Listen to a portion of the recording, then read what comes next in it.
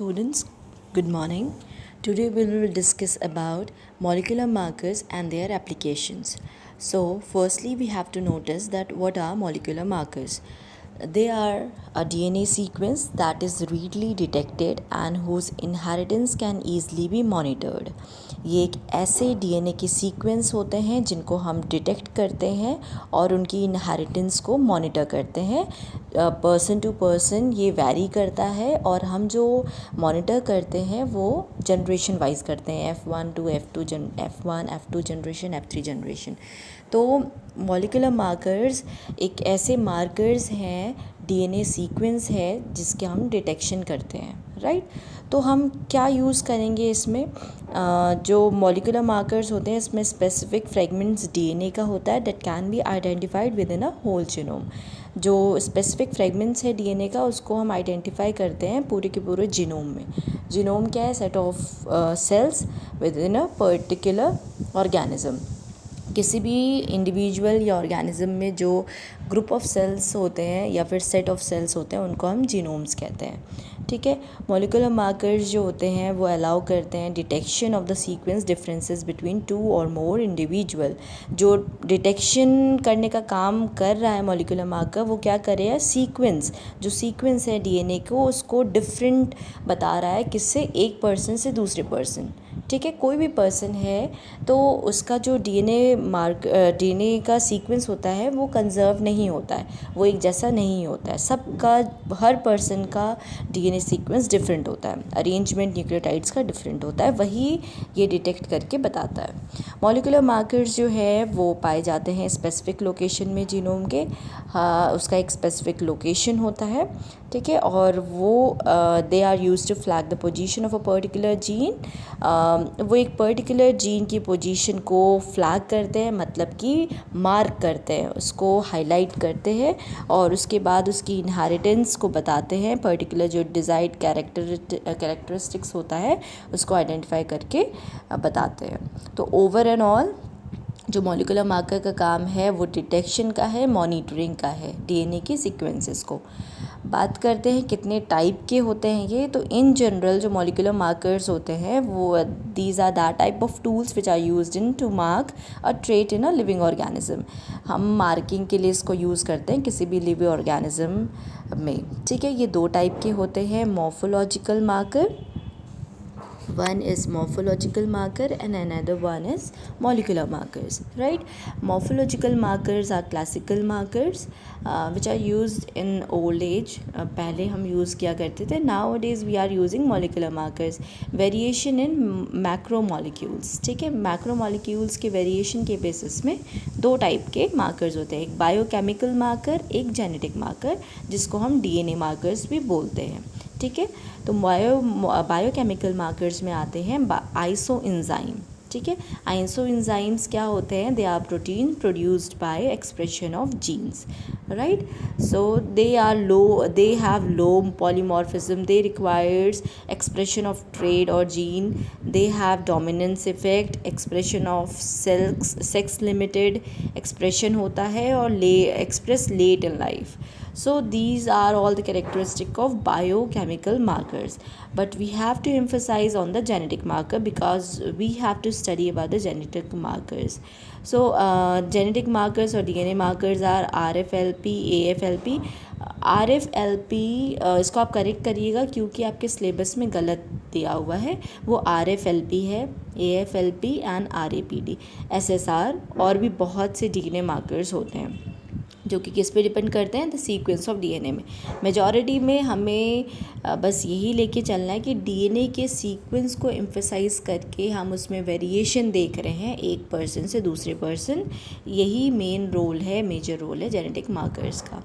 अब DNA markers जो होते हैं वो दो टाइप के होते हैं. One is non PCR based, right, और उसमें सिर्फ एक ही आता है, दैट इज़ RFLP. RFLP का फुल फॉर्म क्या है? रेस्ट्रिक्शन फ्रेगमेंट लेंथ पॉलीमॉर्फिज्म, ठीक है, इसका नाम फुल फॉर्म ये होता है। और पीसीआर बेस्ड, जो पीसीआर मतलब पॉलीमरेज चेन रिएक्शन के थ्रू जो परफॉर्म किए जाते हैं, जो टेक्निक है, जो ये सारी रेस्ट्रिक्शन की टेक्निक्स है डीएनए मार्कर्स की, उनको हम पीसीआर के बेसिस पे अगर एनालाइज करते हैं डीएनए सीक्वेंस को, तो ये सारे मार्कर्स यूज़ करते हैं। और अगर नॉन पीसीआर बेस्ड है तो only the RFLP is used.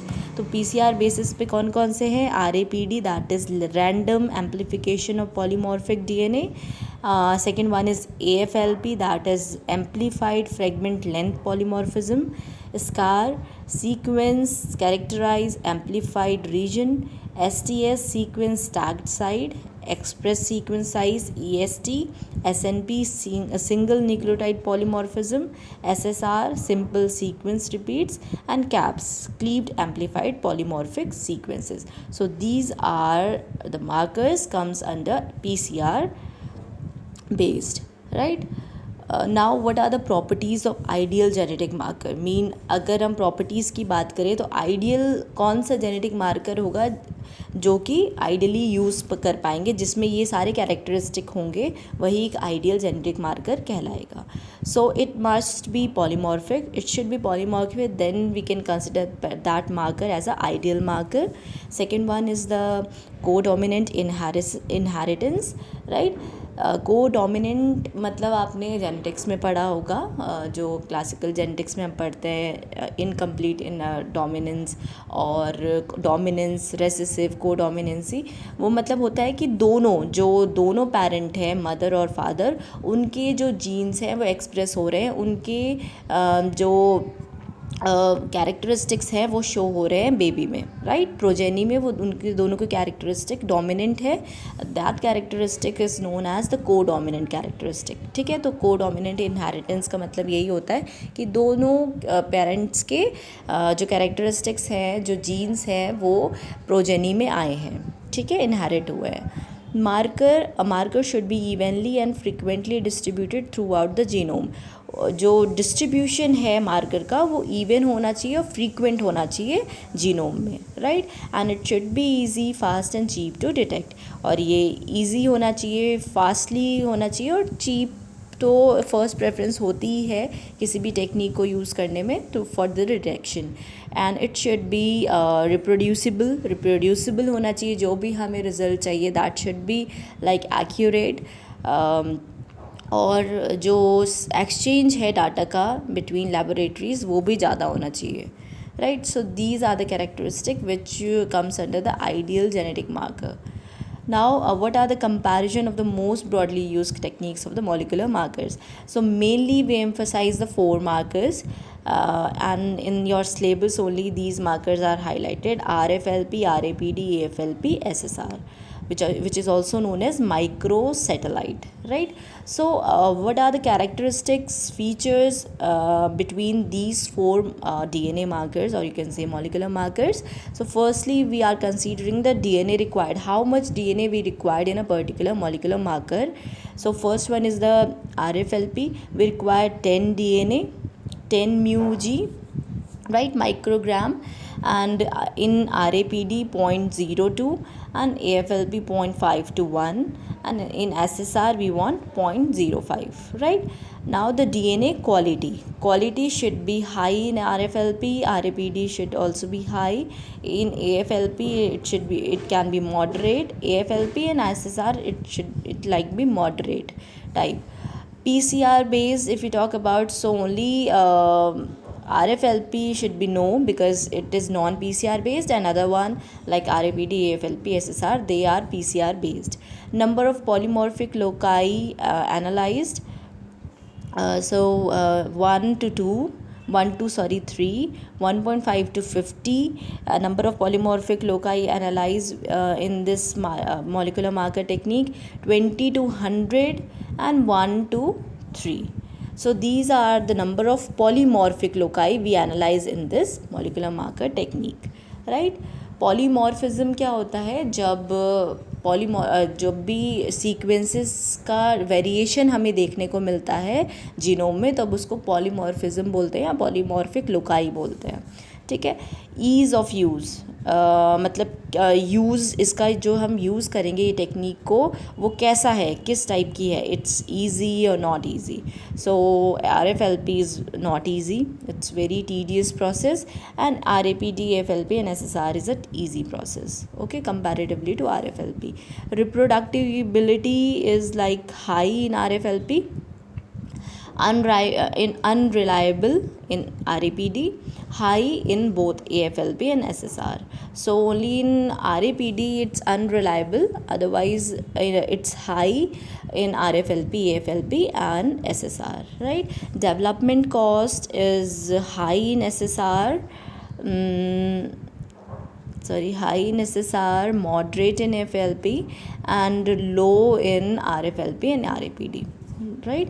And cost per analysis is low in these RAPD and SSR, but high in RFLP and moderate in AFLP. So these are the basic comparison between these four broadly used techniques of molecular markers. You have to just note it down. Now firstly we will discuss about the first molecular marker, that is RFLP. So we have discussed about the full form of RFLP, that is restriction, fragment, length, polymorphism. Why we are considering it restriction fragment? Because we are using restriction endonuclease, right? So we are saying it restriction fragment because we are considering fragment of DNA, right? So we are saying fragment. Now we talk about L, that is length polymorphism, because every person there is a specific DNA sequence and person to person it varies. So in length of DNA there we can see a polymorphism, a variation, a difference. So we are saying it length polymorphism because we are using restriction enzymes considering a DNA fragments, and we are seeing in a DNA sequence there is a lots of variation, and that variation is because of one specific sequence, that is VNTR. What is this now? It is variable number of tandem repeats, right? ये क्या होता है? DNA के sequences होते हैं VNTR, जिसमें variable number of tender repeats होता है. जैसे कि फॉर एग्जांपल मेरे में अगर 8 VNTRs हैं, so may be in another any of the one it may be 12 और more less than 8, like 3 variable number of tender repeats. So it is different in every species. तो इन variable number of tender repeats की वजह से जो DNA में sequence का variation है वो देखा जाता है. ठीक है, हर एक DNA सीक्वेंस में ये अगर हम एक कंसिडर करते हैं, अगर हमने एक पर्सन का यहाँ पे और दूसरे पर्सन का लिया, तो यहाँ पे अगर variable number of tender repeats इसके में कितने हैं? 4. ठीक है, और यहाँ पे ये हमें दिख रहा है सीक्वेंस. फिर उसके बाद एक में हमें after 6 we are seeing that sequence. तो ये जो वेरिएशन आ रहा है एक पर्सन में, पर्सन 1 एंड पर्सन 2 में, वो किस वजह से आ रहा है? इस VNTRs की वजह से. ठीक है, तो ये इसकी वजह से आता है. So what is the definition of VNTR? This is the variation in the length of DNA fragments produced by a specific restriction endonuclease from genomic DNAs of 2 or more individuals of a species. Now understand it. Mean the variation जब आ रहा है length के DNA के fragments में जो कि produce हो रहे हैं एक स्पेसिफिक रेस्ट्रिक्शन एंडोन्यूक्लियस के थ्रू फ्रॉम जीनोमिक DNA, 2 या 2 से ज़्यादा इंडिविजुअल को कंसिडर करते हुए अलग वेरिएशन में हम देख रहे हैं DNA के फ्रेगमेंट्स को. ओवर एंड ऑल इसका आप जब फुल फॉर्म देखोगे, फुल फॉर्म को एनालाइज करोगे, उसी से ही डेफिनेशन बन जा रही है. इसके पीछे का प्रिंसिपल क्या है, क्या प्रिंसिपल है RFLP टेक्निक का, that is restriction fragment length polymorphism technology was first developed in the 1980s for use in human genetic application and was later applied to plants. Now, by digesting total DNA with specific restriction enzymes, an unlimited number of RFLP can be generated. Right? RFLP are relatively small in size and are co-dominant in nature. They are co-dominant in nature and small in size. This codominancy is seen in RFLP. Why? Because in RFLP we see when we detected one parent and another parent genes, so we see that both the parents genes are coming in the offspring, so that inheritance is codominant inheritance we have seen. So over and all it's an ideal genetic marker, right, और DNA marker, because इसमें कोडोमिनेंसी inheritance show हो रही है, क्योंकि इसमें जो हम lastly fragments को जब एनालाइज करते हैं DNA के एग्रोज इलेक्ट्रोफोरेसिस में, तो हम देखते हैं कि दोनों पेरेंट्स के जीन्स जो हैं वो ऑफस्प्रिंग में आते हैं, ठीक है, और दो इंडिविजुअल्स जो हैं वो डिफर करते हैं by little as a single nucleotide in a restriction site. The restriction enzyme will cut the DNA of one but not the other. Restriction fragment of different lengths are thus generated. जितने भी RFLP markers हैं उनको हम analyze करते हैं using a common technique, ठीक है. However, the analysis requires a relatively complex technique that is time consuming and expensive. The hybridization results can be visualised by, जो हाइब्रिडाइजेशन जब हो जाएगा तो उसको उस रिज़ल्ट को हम विजुलाइज कैसे करते हैं, ऑटो रेडियोग्राफी के थ्रू. इसमें हम प्रोब्स को रेडियो एक्टिवली लेबल करते हैं. और दूसरा होता है केमिल्यूमिनेसेंस. इसमें if non radioactive enzymes link method are use for probe labelling and detection. मतलब इसमें रेडियो एक्टिविटी नहीं होती, इसमें एंजाइम लिंक मैथड यूज़ करते हैं हम प्रोब लेबलिंग और डिटेक्शन के लिए, ठीक है. इसमें ल्यूमिनेंस इफेक्ट होता है, हाईलाइट हो जाता है एक टाइप से. जैसे ही रिएक्शन परफॉर्म हो जाएगा और वो पॉजिटिव होगा, मतलब कि रिज़ल्ट हमें मिल जाता है, तो वो उसमें ल्यूमिनेंस चमक एट लास्टली रिजल्ट्स में हम देखते हैं, जिससे कि वो जो प्रोसेस है वो हो गई है, वो उसका इंडिकेशन होता है when there is a luminescence. और केमिकल, क्योंकि केमिल्यूमिनेसेंस है तो इसमें केमिकल लिंक्ड मेथड यूज़ होंगे, ठीक है. और any of the visualisation techniques का सेम ही रिज़ल्ट मोस्टली होता है. विजुअलाइजेशन टेक्निक जो यूज़ हम करते हैं वो लेबोरेटरी कंडीशन में डिपेंड करती है, ठीक है. यहाँ पे आप देख रहे हो कि क्या क्या स्टेप्स हैं. They are around 5 steps which are to be taken in RFLP. DNA को हमने रेस्ट्रिक्शन एंजाइम के साथ पिपेट में लिया, और उसके बाद यहाँ पे आप पॉइंट्स भी देखते जाइए क्या है. फर्स्ट पॉइंट में है कि रेस्ट्रिक्शन फ्रेगमेंट प्रिपरेशन, कैसे हम प्रिपेयर करते हैं. DNA सैम्पल्स को हमने टेस्ट किया, ठीक है, as in case identified as you can see 1, 2 and 3, राइट. 3 हमने सैम्पल्स लिए हैं, उनको प्रिपेयर किया एक एप्रोप्रिएट सोर्सेज से, और रेस्ट्रिक्शन एंजाइम को उसमें ऐड कर दिया to the 3 sample of DNA to produce restriction fragment. जब हम रेस्ट्रिक्शन एंजाइम डालेंगे, और रेस्ट्रिक्शन एंजाइम का काम क्या होता है वो हमने पहले भी डिस्कस किया है, कटिंग का. वो एक स्पेसिफिक साइट पे जाके कट करता है और ये डिफरेंट टाइप्स के फ्रेगमेंट प्रोड्यूस करता है, ठीक है. हर पर्सन टू पर्सन ये वैरी करेगा, और जैसे मेरे में VNTR अलग है, आपके में अलग है, सबके में अलग होता है. तो जहाँ पे हम ये जैसे रेस्ट्रिक्शन एंजाइम डालेंगे तो अलग अलग फ्रेगमेंट्स हर किसी पर्सन में बनेंगे, ठीक है.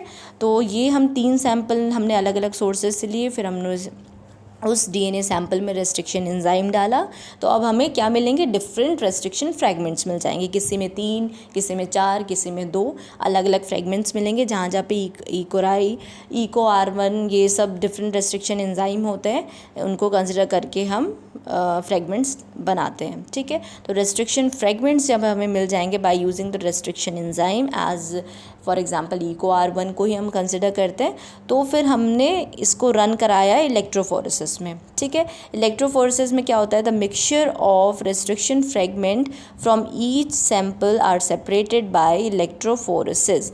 जो हर रेस्ट्रिक्शन फ्रेगमेंट हमें मिला है, मिक्सचर्स मिले हैं, उसको हम सेपरेट करते हैं इलेक्ट्रोफोरेसिस से। Each sample forms a characteristic pattern of band. There would be many more bands that shown here and they would be invisible unless stained. उसमें बहुत से हमें पैटर्न ऑफ बैंड दिखाई देंगे, हर एक सैम्पल का अपना अलग पैटर्न ऑफ बैंड होगा और वो हम देख सकते हैं, विच कैन बी सीन, जो इनविजिबल हैं अनलेस स्टेन। स्टेन जब हम करते हैं तब वो विजिबल हो जाते हैं, तभी वो दिखते हैं हमें, ठीक है। तो इलेक्ट्रोफोरेसिस में हमने क्या किया, जो मिक्सचर मिला था हमें, रेस्ट्रिक्शन फ्रेगमेंट्स का मिक्सचर मिला हमें फर्स्ट प्रोसेस से, तो यहाँ पे हमें अब क्या मिल गया, एक सीक्वेंस ऑफ पैटर्न्स मिल गए, सीक्वेंस ऑफ फ्रेगमेंट्स मिल जाएंगे जो कि हम परफॉर्म करते हैं इलेक्ट्रोफोरेसिस में।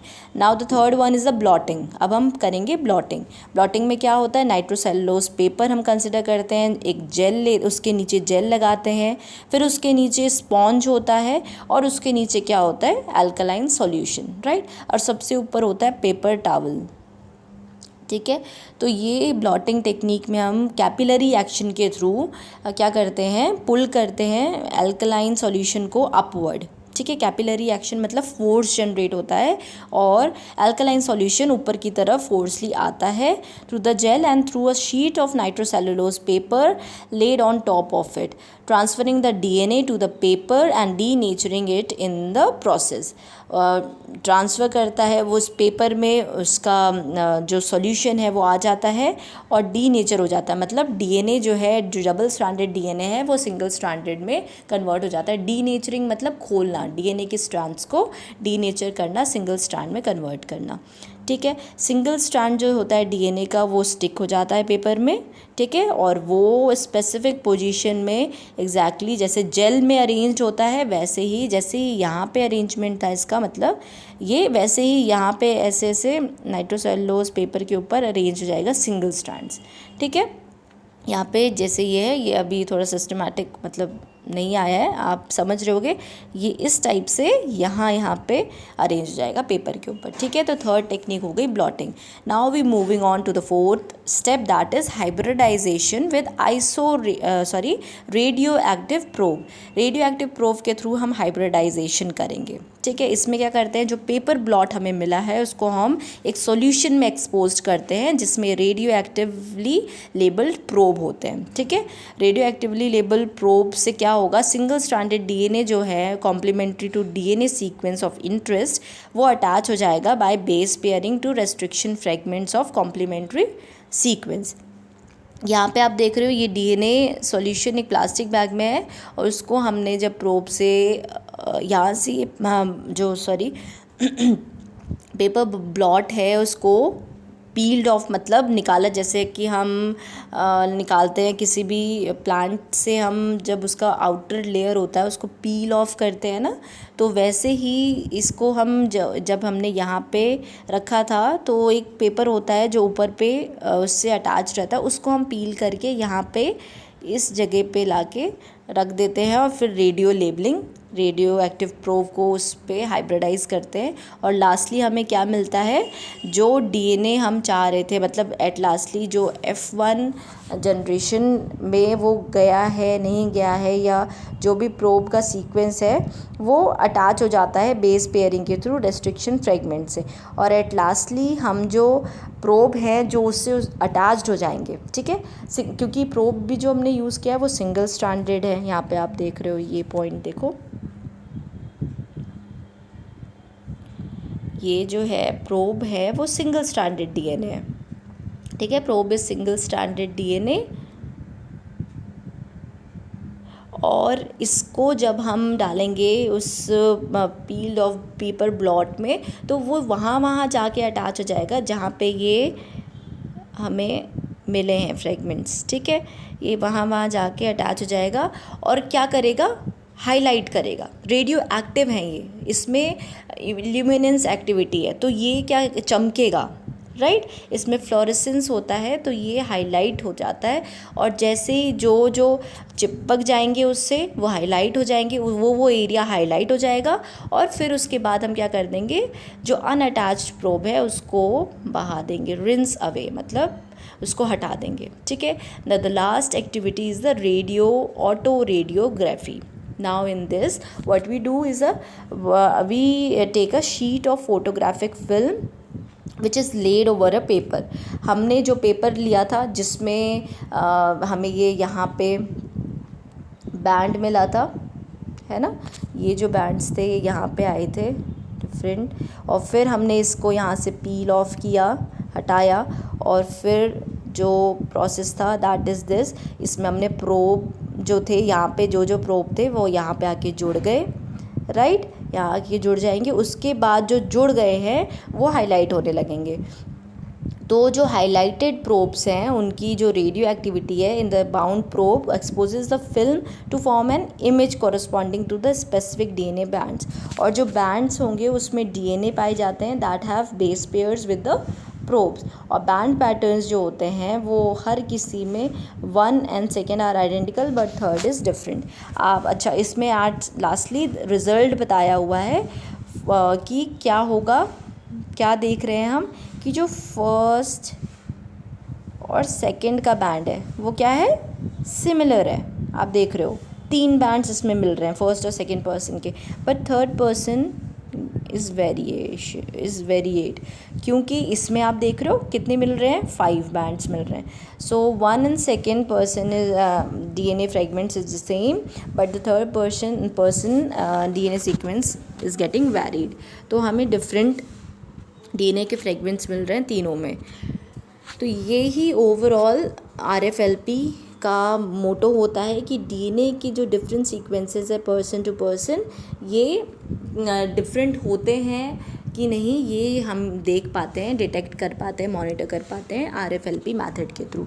अब इसके क्या एडवांटेजेस हैं और क्या डिसएडवांटेजेस है ये देख लेते हैं। एडवांटेज ये है कि it's a simple method as no sequence specific information required होती है इसमें। It is a codominant marker, right, codominant की स्पेलिंग गलत है, आप इसको करेक्ट कर लीजिएगा,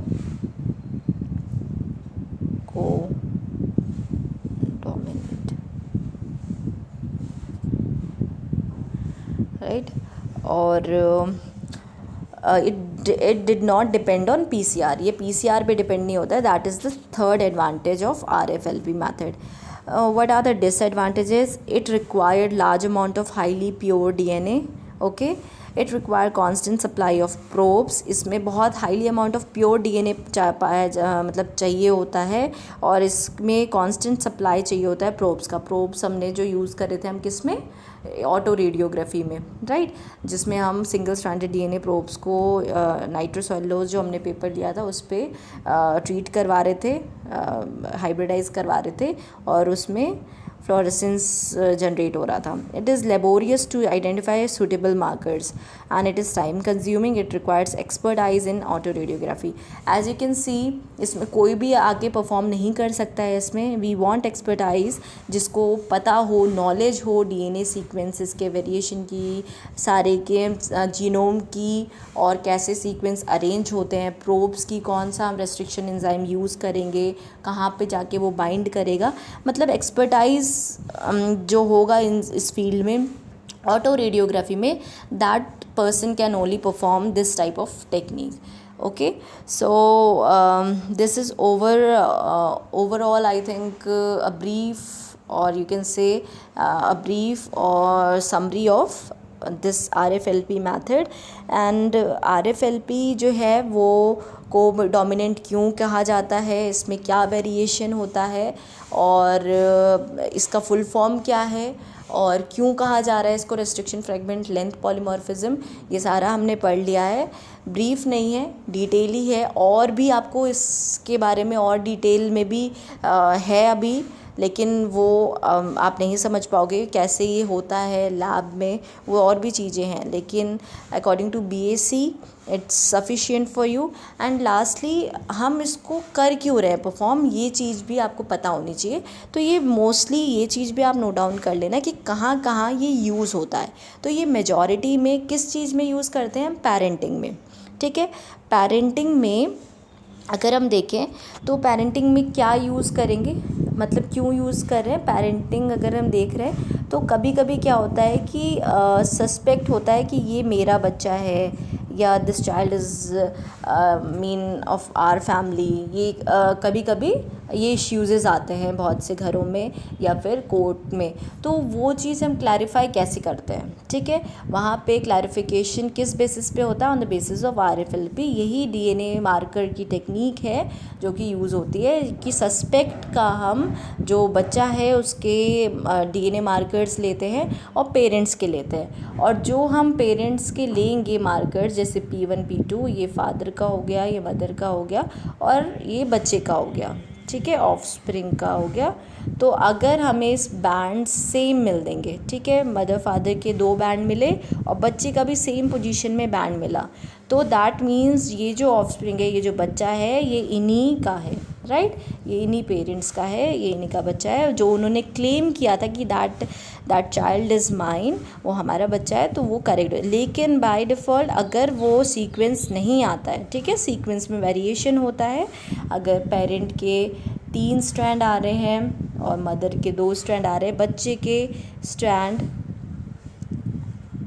डिफरेंट आ रहे हैं, ठीक है, ऑफस्प्रिंग का, तो फिर ये क्लेम जो उन्होंने किया था ये गलत हो जाता है। ठीक है, ये मतलब फिर पेरेंटिंग ओवर एंड ऑल जो कंक्लूजन निकलता है कि ये आपका बच्चा नहीं है, वो इसी बेसिस पे निकलता है। Second one is the crime scenes जो होते हैं, जैसे फॉरेंसिक्स लैब में ये यूज़ होता है। कैसे कि क्राइम सस्पेक्ट होता है कि हमें इतने जल्दी तो जो भी क्राइम होता है जिसने किया होता है वो नहीं फाइंड आउट हो पाता है, तो हम जो वो DNA मार्कर के थ्रू उसके ब्लड का सैंपल, जो भी जिस एरिया में क्राइम हुआ होता है वहाँ से जो हमें सैंपल्स मिलते हैं उसको कलेक्ट करते हैं और उस सैंपल को हम फिर ट्रीट कराते हैं, उसका DNA सीक्वेंस अरेंज करते हैं और जो सस्पेक्ट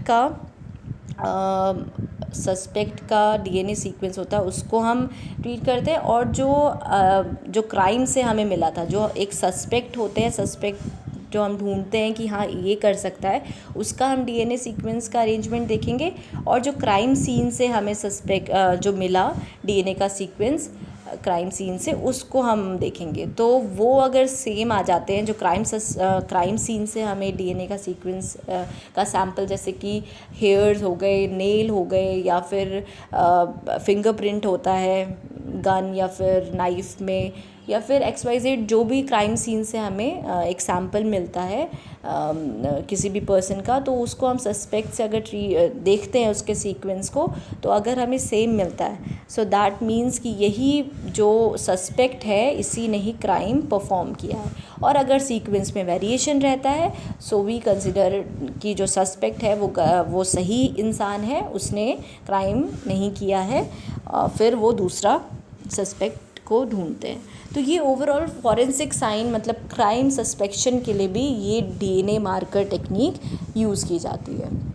ठीक है, और प्रोजेनी फाइलोजेनेटिक इवोल्यूशन और जेनेटिक इवोल्यूशन में भी, इवोल्यूशन केस में भी हम इसको कंसिडर करते हैं RFLP टेक्निक को या फिर DNA मॉलिक्यूलर मार्कर की टेक्निक को।